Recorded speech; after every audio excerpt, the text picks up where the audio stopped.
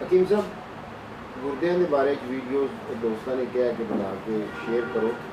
तो सवाल ये है कि वो किहड़ियां चीज़ां ने जिहड़ियां तो परहेज़ करिए तो गुरदे ठीक रहन।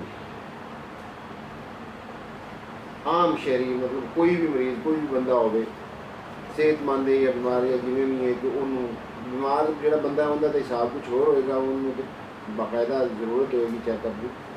आम रूटीन जो बंदे है वो किहड़ियां चीज़ां ने जिन्हां तो परहेज़ कर लैन तो उन्होंने गुरदे जोड़े ने तंदुरुस्त उन्होंने बुला ला हाँ जी। अल्लाह ने जिहड़ी भी चीज़ तखलीक की है मुकम्मल पैदा की है और हिकमत बालगा ना पैदा की है। ਉਹਦੀ जिस तरह जिस मौके ते जिस माहौल चो जिस तरह की जरूरत सी या जिस तरह की शक्लो शबात चाहिए सी, जिस तरह का जिसम चाहिए उहो जिहा उन्होंने तखलीक किया। इंसान सब तो आला आसमान तकवीम में तखलीक किया और जिहड़े इहदे अज़ा ने वो भी इस तरह दीगर जानवरों के भी दीगर अशिया जिहड़ियां बनाईयां ने उन्होंने भी जिहड़े उन्होंने अज़ा ने जोध ने इंसान के अज़ा ने गे उन्होंने मुकम्मल उन्होंने अपना फंक्शन है। ਜਦੋਂ तक ਇਹਦੇ ਵਿੱਚ कोई खराबी ਸਾਡੇ ਵੱਲੋਂ ना आवे, वो खा इंसान जानबूझ के कर ले या अनजाने में कर ले। ਜਦੋਂ खराबी करनी है तो फिर ही फितरत के निज़ाम च भी खराबी। फितरत बजाते खुद रवां दवां रहिंदी, वो नहीं बदलती, ਉਹਦੇ 'ਚ तब्दीली नहीं की। तब्दीली इंसान खुद ही कर लेंदा। हुण गुरदा खराब होंदा है किसी वजह ना होंदा है। इंसान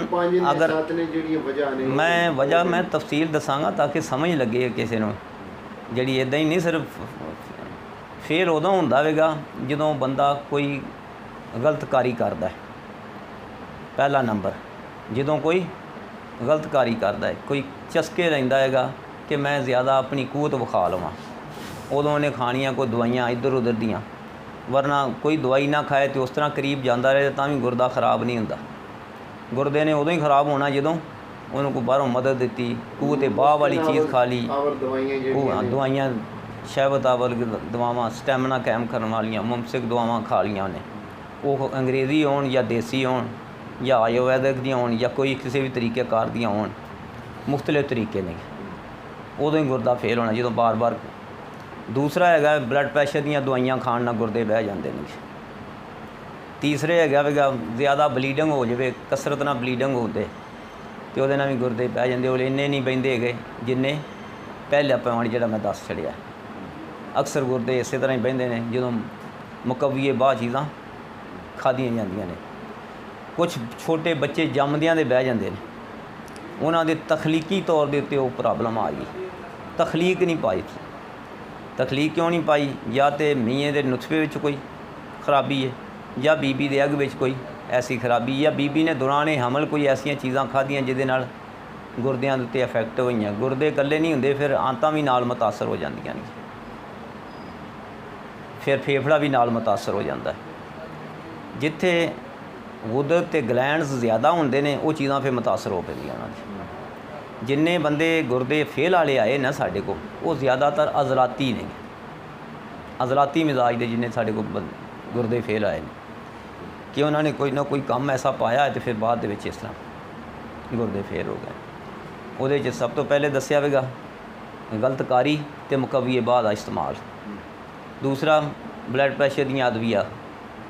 तीसरे नंबर पर ब्लीडिंग ज़्यादा हो जाना, किसी वजह ना भी जख्म ना हो जाए या किसी होर वजह ना, मोशन लग जाना, कसरत ना लगे रहना, पानी का कम हो जाना, गुरदे मुतासर हो जाते हैं। भाई 4-5 चीज़ां जिहड़ियां ने ये ज़्यादा अहम ने गया।